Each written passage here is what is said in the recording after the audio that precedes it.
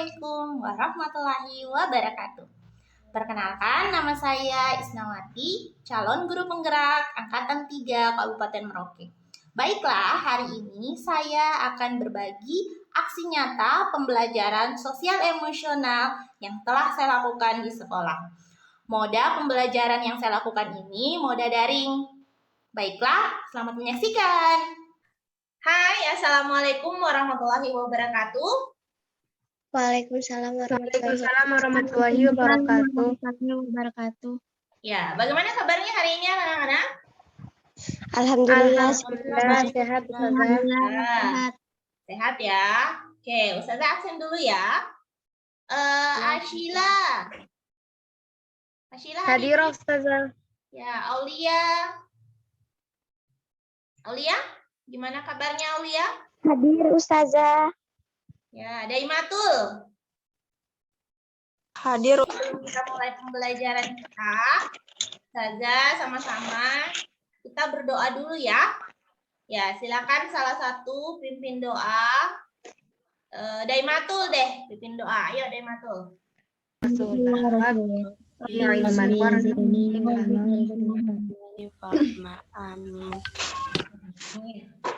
Ya, semoga pembelajaran kita hari ini akan bermanfaat dan juga diberkahi oleh Allah Subhanahu wa taala.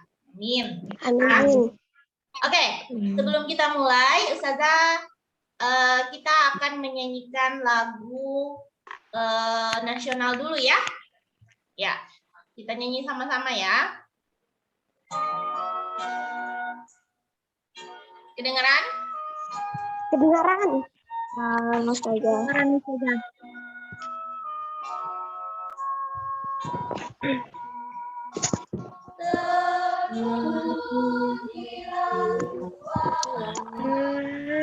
Tadi kita menyanyikan lagu wajib.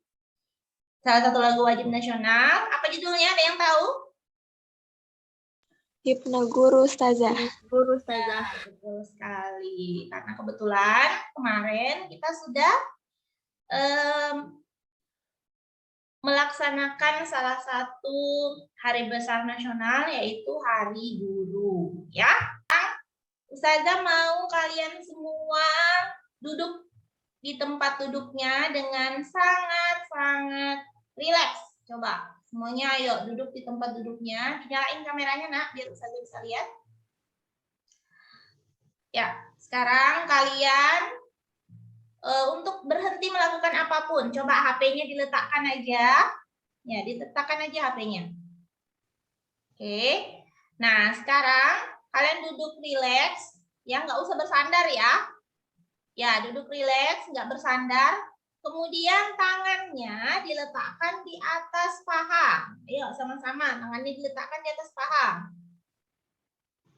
Ya, tangannya diletakkan di atas paha. Sudah? Ya, kalau sudah mengangguk, nggak usah ngomong. Ya, kalau sudah mengangguk. Oke? Ya, tangannya diletakkan di atas paha. Sudah? Mengangguk. Ya, oke. Selanjutnya, jika kalian sudah merasa nyaman, sudah sangat nyaman, bagaimana perasaannya, sudah nyaman? Ya, kalau sudah nyaman mengangguk. Oke. Kalau sudah nyaman, silakan kalian untuk menghirup nafas. Nanti kalau Ustazah bilang 1, 2, 3, kalian akan menghirup nafasnya ya. Ya, kita sama-sama. 1, 2, 3. Silakan dihirup nafas sepanjang-panjangnya. Ya, kemudian dikeluarkan. Kalau mau tutup mata juga boleh. Hirup lagi, kemudian keluarkan. Sekali lagi, ayo hirup lagi. Kemudian keluarkan. Ya. Nah, rasakan udara yang masuk ke dalam tubuh kalian. Yang lakukan tadi itu, yang Ustazah suruh berhenti, itu namanya teknik stop. Nah, apa sih gunanya teknik stop? Teknik stop itu berguna untuk merelaksasi ya pemikiran kita. Karena kan kalau mau belajar IPA tuh, kita tuh langsung berpikir, aduh kayaknya IPA ini susah nih. Apalagi fisika nih ya. Apalagi nanti materinya pemuaian, pasti rumus-rumusnya banyak gitu ya. Nah, jadi kita relaksasi dulu pemikiran kita agar ketika nanti menerima pembelajaran, kita sudah merasa tenang. Itu yang pertama adalah menjelaskan perbedaan pemuaian panjang, luas, volume, beserta contohnya dengan tepat. Jadi nanti ada contoh-contohnya. Kemudian yang kedua, dapat menghitung pemuaian panjang, pemuaian volume, dan pemuaian luas. Kemudian yang terakhir, siswa dapat mengetahui perbedaan pemuaian pada zat padat, zat gas, dan zat cair. Kita akan belajar tentang pemuaian di sini. Oke. Berupa jika. Nah, ya, nih ya, kalian ada di buku toh? Nah, jadi pemuaian panjang itu pemuaian sini penambahan ukuran ya, entah itu panjang, tebal, suatu benda jika dipanaskan dan suhunya bertambah. Itu disebut dengan pemuaian. Ya. Nah, sekarang Ustazah mau kalian mengidentifikasi. Coba dicatat di bukunya, di kertas lembar. Apa yang kalian ketahui tentang pemuaian? Ya, kemarin Ustazah udah berikan tugas untuk membaca. Ayo silakan. Apa yang kalian ketahui tentang pemuaian? Cukup 2 aja ya. Ya. Oke, cukup 2 orang aja. Coba sekarang Ustazah kasih. Nah, Nur Aziza, ayo sebutkan satu hal yang kamu ketahui tentang pemuaian.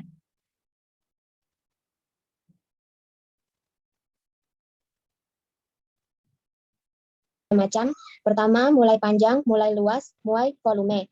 Ya. Contohnya? Nggak usah, sampai sini aja. Oke, terima kasih Nur Aziza. Kemudian siapa lagi nih? Aulia. Aulia, ayo. Apa yang kamu ketahui tentang pemuaian? Sabar Ustazah. Ya, oke. Siapa yang bisa? Coba angkat tangan, raise hand. Dinda. Ayo, Dinda. Ayo, silakan Dinda. Apa yang kamu ketahui tentang pemuaian? Pemuaian itu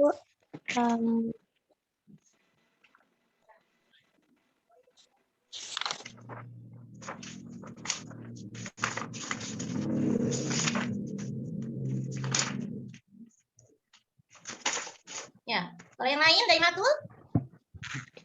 belum Ustazah. Belum. Oke, bagus ya. Ketika kita belum tahu tentang satu hal, maka kita berusaha untuk mengetahuinya.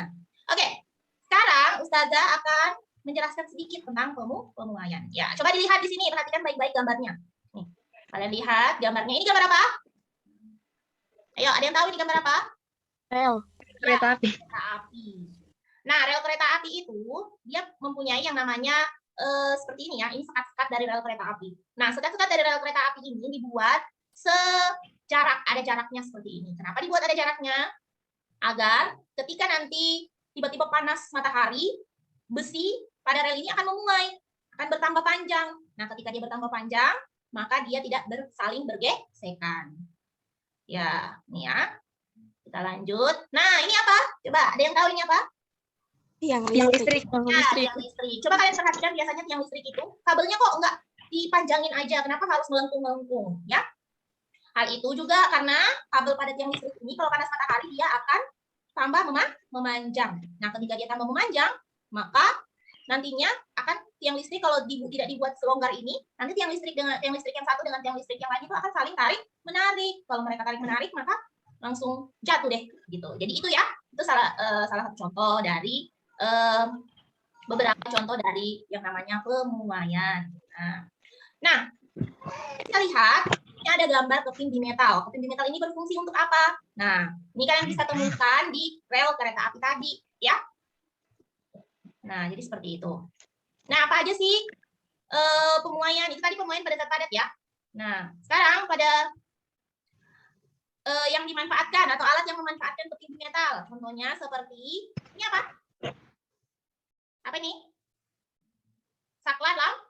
Saklar lampu. Nah, ini juga pemuaian pada zat padat. Contohnya kalau kalian misalnya zat cair ya. Contohnya kalau kalian misalnya buka minuman Coca-Cola, diginiin, ya, kemudian kalian buka tutupnya, maka dia langsung meluap. Pernah lihat? Atau pernah mengalami? Pernah. Ya, itu salah satu dari contoh penguapan pada zat cair. Ataupun kalau misalnya kalian punya alkohol di rumah, alkoholnya dibiarin terbuka lebar-lebar, maka sedikit demi sedikit alkohol tersebut akan habis. Nah, itu juga salah satu pemuaian pada zat cair. Nah, ya. Oke, sekarang Ustazah akan membagi kelompok Afifa, Asila, Aulia, Daimatul, Dinda. Kemudian Hafiza, Jija, Kaila, Naila Dia, Nur Aziza. Berdiskusi, nanti membangun komunikasi ya, membangun komunikasi positif bersama dengan teman-teman kalian. Kemudian agar kompetensi relasi antara kalian dengan teman kalian itu bisa terjamin. Jadi tolong pendapat temannya dihargai ya. Kelompoknya Hafiza untuk Memuai itu sekat-sekat rel kereta api sama kabel tiang listrik. ya, betul sekali. Apalagi ada yang lain? Oke, kalian bisa lihat gambarnya? Bisa Ustazah. Oke, Bisa itu Ustazah. ada namanya roda emosi fluktuatif. Nah, roda emosi fluktuatif itu ada optimis, cinta, tunduk, takjub, kecewa. Nah, sekarang Ustazah minta kalian untuk ya menuliskan 3 perasaan kalian setelah mengikuti kegiatan belajar selama ini bersama Ustazah. Nah, jadi tuliskan 3 ya, 3 emosi atau perasaan kalian setelah mengikuti pembelajaran bersama Ustazah. Ayo, silakan ditulis. 3 aja ya, jangan sebanyak-banyak. Sudah? Sudah ditulis? Ya, terserah. Barangkali ada yang muak. Aduh, Ustazah nih. Muak saya kalau belajar sama Ustazah nih. Nggak apa-apa, boleh.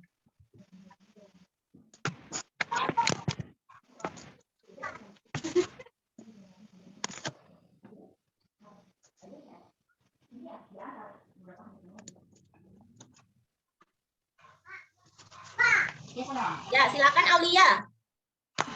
Apa Aulia? Takjub, gembira, percaya. Ya, takjub, gembira, percaya. Alhamdulillah berarti. Yang lain, oke. Siapa nih? Syifa Kalila. Ya, apa yang kamu rasakan? Gembira, takjub, tertarik. Iya, gembira, takjub, terharu. Alhamdulillah ya, berarti memberikan kalian semangat. Oke, lanjut lagi Dinda. Kagum, tertarik, dan percaya. Ya, kagum, tertarik, dan percaya. Alhamdulillah. Oke, terima kasih. Karena sekarang saya mau tanya. Setelah mengikuti pembelajaran bersama dengan Ustazah, apakah ada hal yang menyenangkan atau hal yang menyedihkan yang pernah kalian alami? Coba satu orang. Kaila. Ayo, Kaila. Apakah ada hal yang menyenangkan ketika belajar bersama Ustazah? Ada Ustazah. Nah, apa itu? Ustazah kalau menerangkan itu jelas. Ya, alhamdulillah ya. Terus Ya, apa lagi? Yang menyedihkan ada nggak? Nggak ada. Nggak ada. Oke. Kemudian siapa lagi nih? Nur Aziza. Nah, Nur Aziza.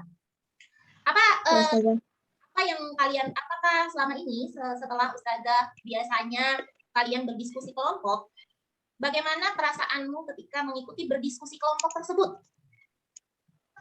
Ya, senang saja. Asik gitu. Karena berbagi bersama teman-teman ya? Iya. Iya, alhamdulillah ya. Kemudian siapa lagi nih ya? Kita lihat siapa lagi nih. Jangan lupa ditulis lagi, ya, tetap ditulis ya. Kita lanjut ke Nurul Zahwa ya, Nurul Zahwa. Ketika berdiskusi dengan teman, apakah ada hal yang tidak disukai sama Nurul ketika berdiskusi bersama teman-teman? Enggak ada. Nggak ada. Senang ya? Ya, kalau emosi atau sesuai dengan roda emosi kucing ini, apa yang kamu rasakan ketika belajar bersama Ustazah? Senang, kagum, tertarik. Iya, kagum dan tertarik. Alhamdulillah ya. Oke, terima kasih karena kalian sudah mengungkapkan perasaan kalian dan juga kalian memberikan respon yang baik terhadap materi-materi yang Ustazah berikan. Nah, tujuan Ustazah menginginkan kalian untuk mengungkapkan perasaan kalian adalah agar ketika kita nanti belajar, kalian akan merasakan emosi-emosi yang sebenarnya kadang tuh kita tidak bisa merasakannya, ya. Nah, begitu juga teknik-teknik yang stop tadi yang Ustazah berikan. Nah, terima kasih untuk hari ini, ya. Terima kasih karena kalian sudah bergabung bersama Ustazah dan juga bisa belajar bersama-sama dengan Ustazah. Ya, semoga lain kali kita masih bisa bertemu kembali. Wabillahi taufiq wal hidayah. Wassalamualaikum warahmatullahi wabarakatuh. Ya. Waalaikumsalam warahmatullahi wabarakatuh. Perasaan saya ketika melakukan pembelajaran sosial emosional di kelas, walaupun dalam moda daring, adalah saya sangat bahagia melihat respon anak-anak untuk menyampaikan perasaan mereka. Mereka juga menjadi lebih rileks dalam mengikuti pembelajaran yang berlangsung. Terutama anak-anak merasa lebih bersemangat dalam mengikuti pembelajaran. Mereka juga bisa mengungkapkan perasaan dan apa yang mereka rasakan ketika mengikuti pembelajaran yang sedang berlangsung. Nah, ketika mereka mengikuti atau menyampaikan perasaan mereka, saat itu mereka kelihatan sedikit lebih bersemangat daripada biasanya. Hal itulah yang saya ambil sebagai sisi positif dari pembelajaran sosial emosional. Melalui pembelajaran sosial emosional ini ternyata dalam pembelajaran tidak hanya mendidik murid dari otak mereka, dari pengetahuan mereka, dari keterampilan mereka, namun juga mendidik murid dengan keterampilan mengelola hati, mengelola sosial dan emosional dengan pengalaman dan perasaan yang dapat membangkitkan prestasi. Hal ini menjadi motivasi untuk dapat mengimplementasikan pembelajaran sosial emosional dan lebih mengenal murid, serta dapat bersilaturahmi dengan grup orang tua yang siap berkolaborasi dalam penerapan keberhasilan pembelajaran sosial emosional. Penerapan ke depannya, belajar dengan menggunakan sosial emosional ini harus memiliki satu titik tujuan, yaitu well-being atau kesejahteraan. Pembelajaran sosial emosional berkaitan dengan pembelajaran sosial yang mengacu pada kolaborasi, akademik, dan pembelajaran sosial emosional atau KASEL. Pembelajaran sosial emosional adalah pembelajaran yang melibatkan seluruh sivitas akademika sekolah dan stakeholder yang ada di sekolah. Kolaborasi yang diperlukan untuk mendukung murid dan orang dewasa di sekolah memperoleh dan menerapkan pengetahuan, keterampilan, sikap positif mengenai aspek sosial dan emosional. Pembelajaran sosial dan emosional bertujuan untuk yang pertama, memberikan pemahaman, penghayatan, dan kemampuan untuk mengelola emosi. Kemudian yang kedua, menetapkan dan mencapai tujuan positif. Yang ketiga, merasakan dan menunjukkan empati kepada orang lain. Yang keempat, membangun dan mempertahankan hubungan yang positif. Serta yang kelima, membuat keputusan yang bertanggung jawab. Pembelajaran sosial dan emosional diberikan dalam 3 ruang lingkup. Yang pertama adalah rutin. Nah, pada saat kondisi tertentu di luar waktu belajar akademik, kita bisa melaksanakan pembelajaran sosial emosional. Kemudian yang kedua, terintegrasi dengan mata pelajaran. Maksudnya di sini kita bisa melakukan refleksi, menyelesaikan sebuah topik pembelajaran, berdiskusi, memecahkan masalah dengan berdasarkan pada pembelajaran sosial emosional ini. Kemudian yang ketiga, protokol. Jadi menjadi sebuah budaya dan aturan yang berada di sekolah sehingga bisa disepakati bersama dan diterapkan secara mandiri oleh murid. Pembelajaran sosial emosional itu merupakan satu hal yang sangat penting karena berisi tentang keterampilan yang dibutuhkan murid untuk bertahan dan menyelesaikan masalah sekaligus memiliki kemampuan pembelajaran untuk memecahkan masalah tersebut. Sehingga murid bisa memberikan keseimbangan pada dirinya serta mengembangkan kompetensi personal yang dibutuhkan murid tersebut untuk menjadi sukses. Sedangkan untuk rencana perbaikan ke depannya, pembelajaran sosial emosional ini akan saya lakukan baik dia di dalam kelas ataupun di luar kelas. Nah, namun pengembangan pembelajaran sosial emosional ini sesuai dengan yang tadi protokolnya. Yang pertama adalah rutin, terintegrasi dengan mata pelajaran, dan sesuai dengan budaya sekolah yang ada di sekolah saya. Hal ini akhirnya menjadi pembiasaan dan budaya positif di sekolah. Selain itu, juga selalu melakukan refleksi kepada murid pada setiap akhir pembelajaran.